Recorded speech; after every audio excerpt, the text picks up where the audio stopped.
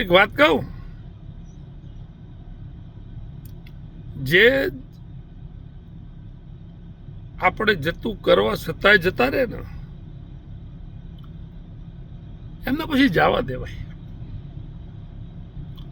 એમના પાછળ પછી હરખ શોખ ના હોય અને ન કરાય. એવું આ દિલીપ પટેલ નથી કહેતો.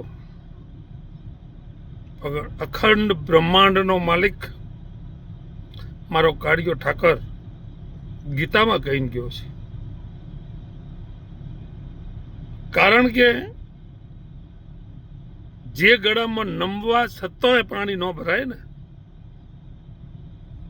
તો એ વાક કૂવાનો હોય, ગળાનો ન હોય. કદાચ કૂવાનું જ તળિયું દેખાય ગયું હોય. એટલે કાળિયા ઠાકરે કીધું છે કે નમ્યા પછી જો કોઈ નામ હાથ ના નમે ને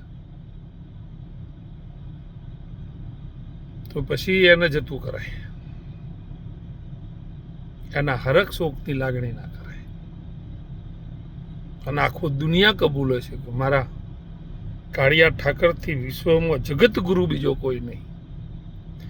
એટલે હું પણ એને અનુસરું છું કે